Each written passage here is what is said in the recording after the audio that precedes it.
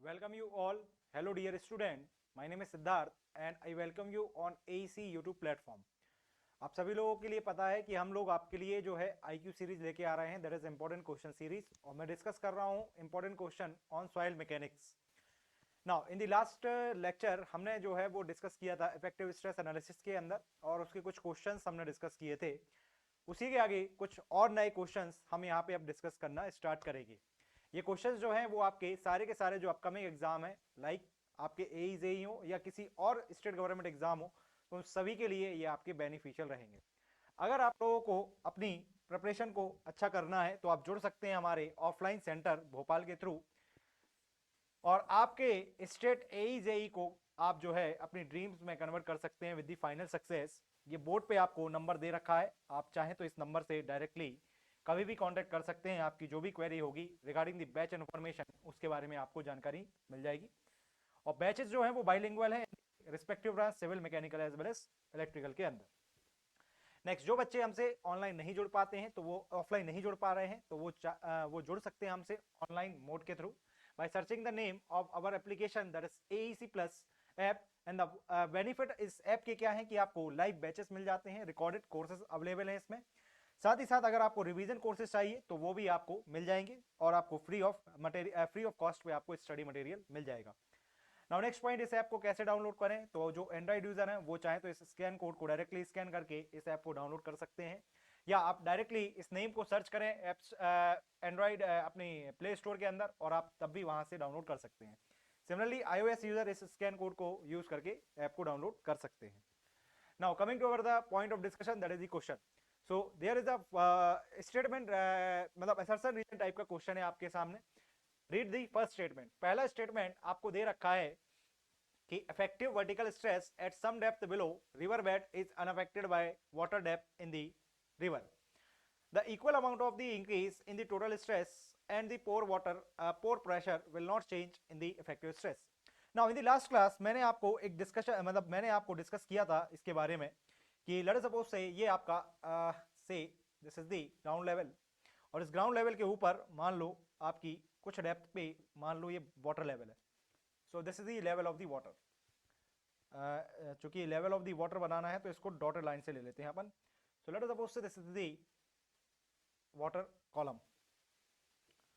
अब चूंकि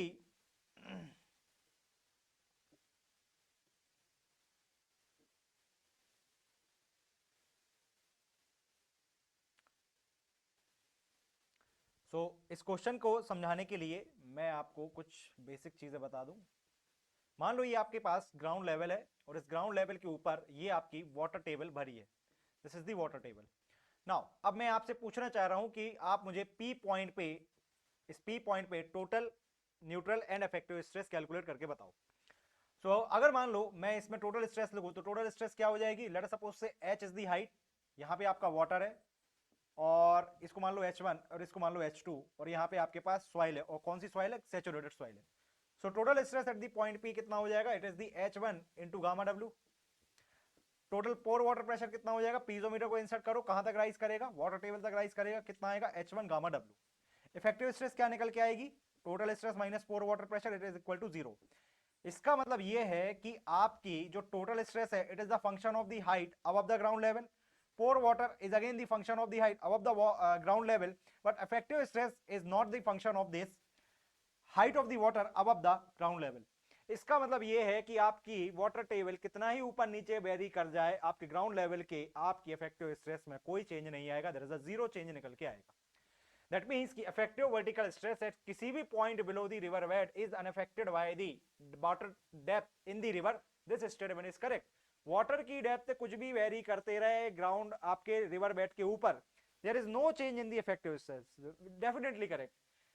Equal amount of increase in the total stress and pore water will not change in the effective stress. That statement is also correct. जितना change total stress में होगा उतना ही change आपका किस में होगा, यू में होगा. इस तरीके से टोटल चेंज जो निकल के आएगा में वो क्या आएगा, इंक्रीज होगा तो ये भी इंक्रीज होगा. इसका मतलब इफेक्टिव स्ट्रेस क्या आएगी, नो चेंज. ये डिक्रीज करेगा, अगेन इफेक्टिव स्ट्रेस में कोई चेंज नहीं. इसका मतलब total and pore water pressure तो इंक्रीज होंगे, इफेक्टिव स्ट्रेस जीरो रहेगी. Second statement is correct explaining the first statement. So correct answer इसका क्या निकल के आएगा, answer would be the A. That is, the first statement is correct, second statement is correct, and second statement is the correct explanation of the first statement. So this is the first question. Now next problem, see this problem. It is where यहाँ पे आपको एक simple सा diagrammatic type का आपको question दिया हुआ है. Which one of the following diagram represent the effective pressure distribution diagram for a saturated soil mass of depth Z submerged under the water of the height is capital Z above its top level. Saturated density आपको दे रखी है gamma sat और gamma submerge आपके लिए दे रखा है इसका submerge unit wait और gamma W is the unit weight of the water. आपको बताना है affective pressure stress distribution diagram. So affective stress pressure distribution diagram. So again see this. Let us suppose से this we have the soil and let us suppose take the water table now in between the soil. मैं थोड़ा सा इसको एक second, इस चीज को मैं थोड़ा सा दूर दूर बना लेता हूं इसको समझाने के लिए. let us suppose say we have a soil having the total depth is h and let us take the water table is in between the soil, right? This is the water table level. तो ये हमारे पास water table level है. अब मान लो यहां पे कौन सी सॉइल होगी? Bulk soil. और वाटर टेबल के नीचे कौन सी सॉइल होगी? Gamma saturated soil, right? अब आपको लेट अस सपोज से h1 is the again height, h2 is the height below the water. तो ग्राउंड वाटर टेबल के ऊपर कितनी है? h1 हाइट है. लेट अस सपोज से this is the ground level. अब मैंने ग्राउंड लेवल के नीचे आपको वाटर टेबल बनाई है. तो ग्राउंड लेवल की हाइट के नीचे है h1 हाइट पे वाटर टेबल. h1 हाइट की जो सॉइल है वो बल्कि स्टेट में है और h2 वाटर टेबल के नीचे जो सॉइल है वो गामा सैचुरेटेड स्टेट में है. आपसे पूछा गया है इसका affective stress pressure diagram. Now affective stress pressure diagram कैसे बनाओगे? आप जानते हैं कि अफेक्टिव स्ट्रेस अगर आपको चाहिए वाटर टेबल के नीचे तो आप क्या लिख सकते हो? डायरेक्टली आप गामा सबमर्ज इस सॉइल का मल्टीप्लाई उसकी depth, that is the h2. अब क्वेश्चन में क्या दे रखा है आपको? h2 की वैल्यू आपको दे रखी है कितनी? z है ना. z is the depth below the water table and z1 is the height above the water table. तो आपको कौन सा इफेक्टिव स्ट्रेस डिस्ट्रीब्यूशन डायग्राम निकल के आएगा? अगर मैं इसका स्ट्रेस डिस्ट्रीब्यूशन डायग्राम बनाऊं तो क्या आप देख सकते हो effective stress directly proportional to है किसके? h2 हाइट के. इसका मतलब अगर मैं यहाँ पे इसका इफेक्टिव स्ट्रेस डिस्ट्रीब्यूशन डायग्राम बनाऊं तो मेरा इफेक्टिव स्ट्रेस डिस्ट्रीब्यूशन डायग्राम कुछ इस तरीके से निकल के आएगा. कहने का मतलब this is the effective stress distribution diagram. तो ऑप्शन में कौन सा ऑप्शन मैच करेगा आपका? तो करेक्ट ऑप्शन जो मैच करेगा इसमें ऑप्शन नंबर ए. ये तो बात हुई इफेक्टिव स्ट्रेस डिस्ट्रीब्यूशन डायग्राम की. अगर मेरे को टोटल स्ट्रेस डिस्ट्रीब्यूशन डायग्राम चाहिए है वो भी मैं बना सकता हूं. कैसे? टॉप मोस्ट हाइट पे मेरे पास जो सॉइल होगी उसके ऊपर क्या कोई मास दिख रहा है? कोई मास नहीं है. इसका मतलब टोटल स्ट्रेस यहाँ पे 0 है. नीचे आएगा तो आपकी टोटल स्ट्रेस बढ़ेगी. कितने से बढ़ेगी? h1 into gamma B. और उसके बाद और नीचे आए अगर हम तो सबसे पहले टॉप मोस्ट पॉइंट पे ये 0, देन इसके बाद h गामा बी इस वाले लेवल पे. नेक्स्ट इसके बाद इसकी टोटल स्ट्रेस क्या निकल के आएगी? h gamma saturated. और गामा सैचुरेटेड गामा बी से ज्यादा, मतलब स्लोप आपका थोड़ा सा चेंज होके आएगा. मतलब आपकी this is the total stress distribution diagram. ये आपका मैंने बना दिया यहाँ पे टोटल स्ट्रेस डिस्ट्रीब्यूशन डायग्राम. जहां पे अगर मैं वैल्यूज लिखूं तो ये 0 वैल्यू है, यहाँ पे h1 गामा बी है और यहाँ पे h1 gamma B plus h2 gamma saturated है. ठीक, this is the total stress distribution diagram. वो आपका इफेक्टिव स्ट्रेस डिस्ट्रीब्यूशन डायग्राम है, राइट? सो करेक्ट ऑप्शन इसका क्या निकल के आएगा? Option number A will be the right answer. Now next, moving to the next question. A soil sample has an average grain dia as 0.035. So मेरे को D दे रखा है यहाँ पे, हाइट ऑफ कैपिलरिटी निकालनी है 0.03.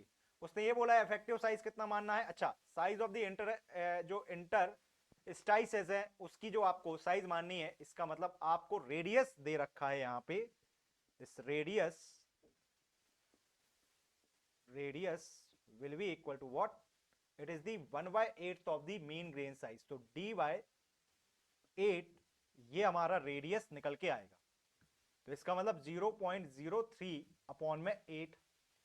नाउ सरफेस टेंशन आपको दे रखा है इसमें 0.075 ग्राम पर सेंटीमीटर. लास्ट क्लास में ही मैंने आपको हाइट ऑफ कैपिलरिटी राइज का बताया था सॉइल के अंदर.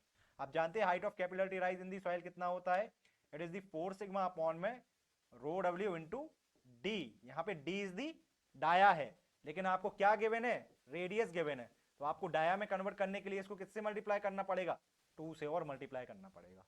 ठीक, radius will be equal to twice of the radius will be nothing but the dia, right? So this is the dia now अब सब्स्टिट्यूट कर दो, आई थिंक सारी वैल्यूज पता है इसमें। तो HC will be equal to 4 sigma is 0.075 ग्राम पर CC है, तो ग्राम पर CC unit weight of water में अज्यूम कर ले रहा हूं 1 ग्राम पर सीसी, 0.03 अपॉन में 8 एंड दिस मल्टीप्लाइड विथ 2, सो 2 एकम 2, 2 दूनी 4 और यहां से 8 दूनी 16 और यहां से अगर आप देखें तो 1 0 ये जाएगा, सो ये जाएगा 7.5, राइट ना, 7.5 अपॉन में 3, तो ये आ जाएगा 25 3 75, दैट मीन्स 2.5 और इट मीन्स 5/2, तो 16 इंटू 5/2 इसका मतलब 8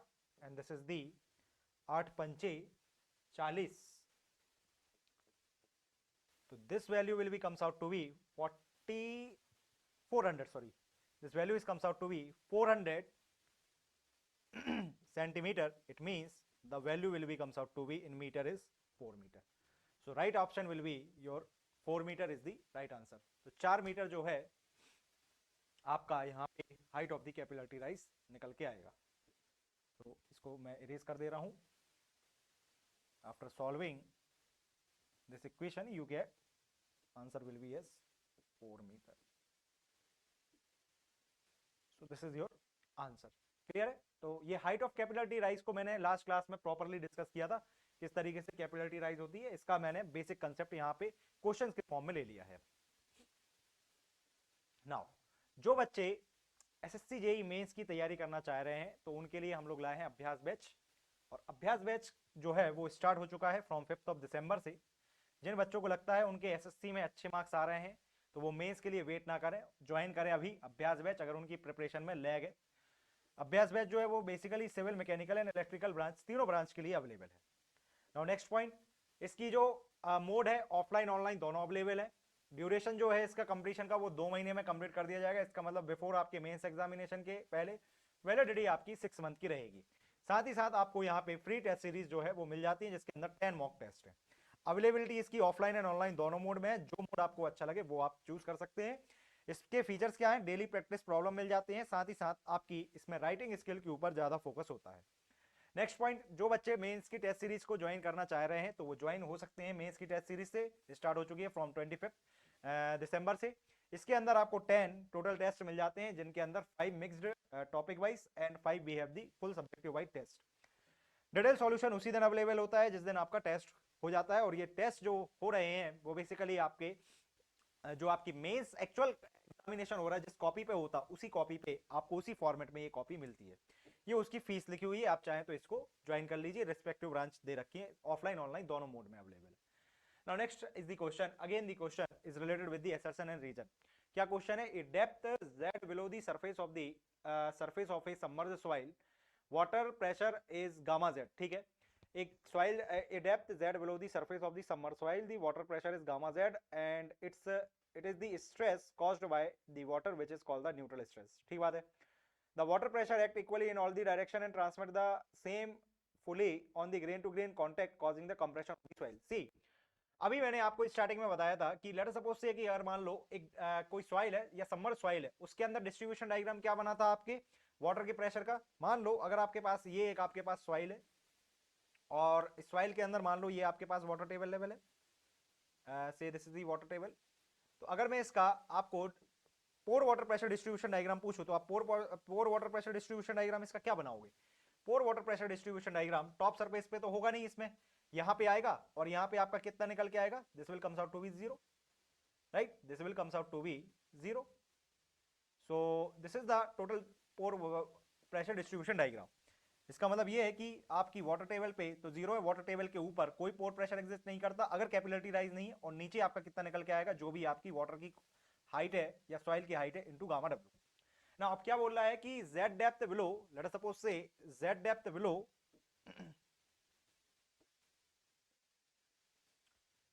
a z depth below surface of the submerged soil, this is the submerged soil, water pressure is the gamma z, the stress caused by the water is called the neutral stress, yes it is called the neutral stress. अब चूंकि जो water pressure लगाता है वो compression करने की कोशिश कर रहा है, कहने का मतलब ये है कि अगर मैं आपको इसको, मैं अपनी जो मेन स्लाइड है सी दिस, इस स्लाइड के अंदर आपको क्लियरली विजिबल है कि जो वाटर है ये प्रेशर इक्वली लगा रहा है हर एक डायरेक्शन में। क्यों? हाइड्रोस्टैटिक प्रेशर है। जब इक्वली डायरेक्शन में लग रहा है पूरा का पूरा प्रेशर, तो आप मुझे बताएंगे क्या ये सॉलिड को पास पास लाने की कोशिश करेगा? कभी नहीं करेगा, क्योंकि जो वर्टिकल और हॉरिजॉन्टल कंपोनेंट है वो आपस में कैंसिल कर जाएंगे। इसका मतलब इसका काम तो है ही नहीं कि जो सॉलिड को कांटेक्ट में ला रहा है, ना तो सॉलिड को कांटेक्ट में ला रहा है। जब सॉलिड को कांटेक्ट में नहीं लाएगा तो क्या शियर स्ट्रेंथ डेवलप हो पाएगी? नहीं हो पाएगी। तो सेकंड स्टेटमेंट उसने यही दे रखा है कि जो आपकी water pressure act equally in all the direction, यहां तक तो सही है, transmit the same and causing the grain to grain contact, यहां से स्टेटमेंट आपकी क्या हो जाती है? फॉल्स हो जाती है। ये कभी भी आपको शियर स्ट्रेंथ नहीं देगा, मतलब ग्रेन टू ग्रेन कॉन्टेक्ट नहीं देगा। तो पहला स्टेटमेंट करेक्ट है, second is the false, so correct answer will be the C. तो C is the right option. इसको मैंने इसलिए उस फोटो के थ्रू आपको समझा दिया है कि किस तरीके से आपका वाटर जो है वो शियर स्ट्रेंथ में कॉज या पार्टिसिपेट नहीं करता। ठीक, now moving to the next question, read this problem again, it is the statement link question. इसमें दो क्वेश्चन है, आपको डायग्राम बोर्ड पे मेंशन है। क्या है? Consider the ground condition at a side as shown in the figure below, ground water table is at the ground level. इसमें एक पॉइंट मेंशन कर लो, यहीं पे है आपकी ground water table. Yes, so ground water table is at the ground level only. You have given a point P having a depth of 5 meter below the ground level. Water content 20% है, specific gravity 2.7 है, unit weight of water 10 kilonewton पर metre cube है। आपको calculate करना है saturated unit weight of the sand. कैसे निकालोगे saturated unit weight of the sand? तो निकाल सकते हैं इजीली है, गामा सैचुरेटेड, ये तो पहला बेसिक क्वेश्चन है इंडेक्स प्रॉपर्टी से related. Gamma sat will be equal to G plus e upon में 1 प्लस ई इंटू गामा डब्ल्यू। अच्छा, ई नहीं गिवन है तो नहीं गिवन रहने दो, क्या लिख सकते हैं? एस ई इक्वल टू डब्ल्यू जी। क्या कोई मुझे बता पाएगा कि गामा सैचुरेटेड के टाइम पे सैचुरेशन क्या होती है? 100%। इसका मतलब ई को मैं क्या लिख सकता हूं? W G. Just replace all the E with W G, और डब्ल्यू और जी तुमको गिवन है, so we can write G plus W G 1 plus W G unit weight of the water. Now substitute the value, gamma saturated will be equal to G का value 2.7, जी common ले लिया जाए तो 1 plus water content आ जाएगा, तो 1 plus water content is 0.2, unit weight of the water is 10, divide में 1 plus W का value है 0.2 इंटू जी 2.7। सॉल्व करो इसको, कितना निकल के आ रहा है? तो ये निकल के आएगा 1.2 10 2.7 32.4, तो ऊपर आ गया और नीचे आ जाएगा 27 दूनी 54, मतलब 1.54। तो ये आई थिंक 21.03 निकल के आएगा। पेन कहाँ गया मेरा? So this is comes out to be 21.03। इसका मतलब kilo newton per metre cube. इसका मतलब मेरा जो अप्रोक्सीमेट निकल के आ रही है saturated unit weight, this is equal to 21। अगर इसी पे सबमर्ज पूछता तो निकाल पाओगे? What is the value of submerge unit weight? क्योंकि मुझे आगे यूज करना है। गामा सबमर्ज कितना निकल के आएगा इसमें? Gamma submerge will be equal to gamma saturated minus gamma डब्ल्यू। गामा सैचुरेटेड 21 लिख सकते हैं, it is 10, that is approximately 11 kilo newton per metre cube. Now अब नेक्स्ट क्वेश्चन इसी पे बेस्ड है, जिसमें पूछा गया है आपसे कि आपको तीनों वैल्यूज निकालनी है, total stress, pore water and effective stress at the same point. और पी पॉइंट कितने डेप्थ पे है? ये पी पॉइंट आपका है 5 मीटर डेप्थ पे, और उसमें वाटर टेबल के नीचे वाली जो सॉइल है वो किस स्टेट में रहेगी? सैचुरेटेड स्टेट में रहेगी ना। सो हम निकाल सकते हैं total stress 5 metre below the ground level. तो मैं इसको बना देता हूं यहाँ पे वापस से समझने के लिए। तो ये वो पॉइंट पी है जहां पे हमें निकालनी है टोटल स्ट्रेस, और मैं इसको प्लॉट करके भी दिखाऊंगा आपको। तो पी पॉइंट पे मुझे चाहिए है तीनों की तीनों स्ट्रेस। एक काम करते हैं, इसको डॉटेड लाइन से बना लेते हैं कि मुझे इस लेवल पे चाहिए टोटल स्ट्रेसेस। सो राइट डाउन तो सबसे पहले टोटल स्ट्रेस निकालें, सिग्मा वैल्यू इक्वल टू कितना डेप्थ है इसका 5 मीटर है, तो कितना लिख सकते हैं, गामा सैचुरेटेड रहेगी सॉइल, क्योंकि below the water table soil कैसी रहती है, सैचुरेटेड कंडीशन में। टोटल स्ट्रेस कितना हो जाएगा 5 इंटू गामा सेट, और गामा सेट तुम निकाल चुके हो, तो टोटल स्ट्रेस कितनी आ जाएगी। अगर मैं ए लेवल पे देखूं, अच्छा देखो कई बार ना इस क्वेश्चन को अगर मैं इन जनरल बताऊं आपको, मैं यहाँ पे दो पॉइंट कंसीडर कर ले रहा हूं। मान लो पी नीचे है और क्यू है, तो एनालिसिस देखते हैं पॉइंट पी पहले क्यू पॉइंट की। सो पॉइंट क्यू जो कि टॉप पे है, पॉइंट क्यू पे टोटल स्ट्रेस कितनी है, क्या इसके ऊपर कुछ दिख रहा है, नहीं है, इसका मतलब जीरो। क्या वाटर टेबल है इसके ऊपर, नहीं, यहीं पे है वाटर टेबल आपकी, water table is at the ground level, इसका मतलब क्या पानी राइज करेगा, नहीं राइज करेगा, इसका मतलब आपकी जो पोर वाटर है that is also zero. What is the total stress, difference of the total stress effective stress equal to total stress minus pore water, it is equal to zero. ये तो बात हो गई आपकी दिस क्यू वाले point की। Now P point की analysis देखें, पॉइंट पी की एनालिसिस देखें, टोटल स्ट्रेस कितना है, गामा सेट इनटू जो उसकी हाइट है h, और कितनी हाइट है 5, तो 5 इंटू गामा सैचुरेटेड 21, 105 आ जाएगा, 25 20 2500 15 kilo newton per metre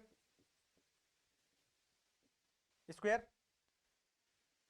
next पोर वाटर प्रेशर बताएंगे आप। सो पोर वाटर प्रेशर कितनी आ जाएगी, कितना राइज करेगा लिक्विड कॉलम, अगर पीजोमीटर इंसर्ट करोगे पी पॉइंट पे, जितना इसका वाटर टेबल दिख रहा है, कितना है हाइट पे है 5 गामा डब्ल्यू, तो 5 गामा डब्ल्यू 9.81 की जगह अपन को 10 दिया है, तो 5 into 10, so it is comes out to be 50। Now what is the effective stress, दिख रहा है क्या, ये नहीं दिख रहा, इधर पे लिख लेते हैं। Effective stress it is the difference of the total stress and the pore water, तो 105 minus 50, this will comes out to be effective stress for the point P, मैंने ऊपर लिख दिया है 55 kilo newton per metre square.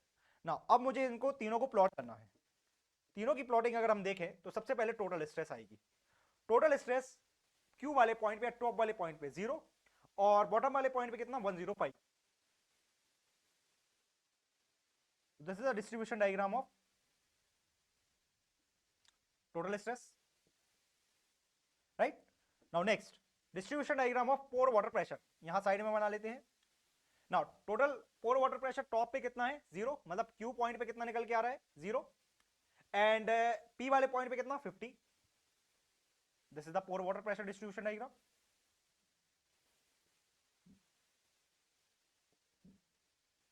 This is 0 and this is 50. Next last diagram, effective stress diagram.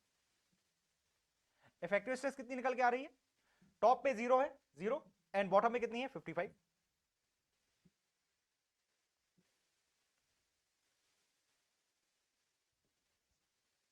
So top पे 0, यहाँ पे 55।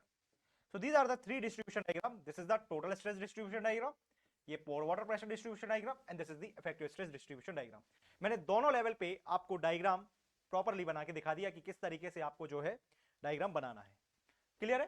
तो इस क्वेश्चन में दो रिलेटेड कंसेप्ट थे, एक में आपको टोटल स्ट्रेस निकालनी थी, एक में आपको निकालनी थी गामा सैचुरेटेड। तो इसमें से ऑप्शन कौन सा मैच कर रहा है, option is the P point पे चाहिए total stress 105 U 50 and 55, so 105 50 and 55, option number C is the right answer, right?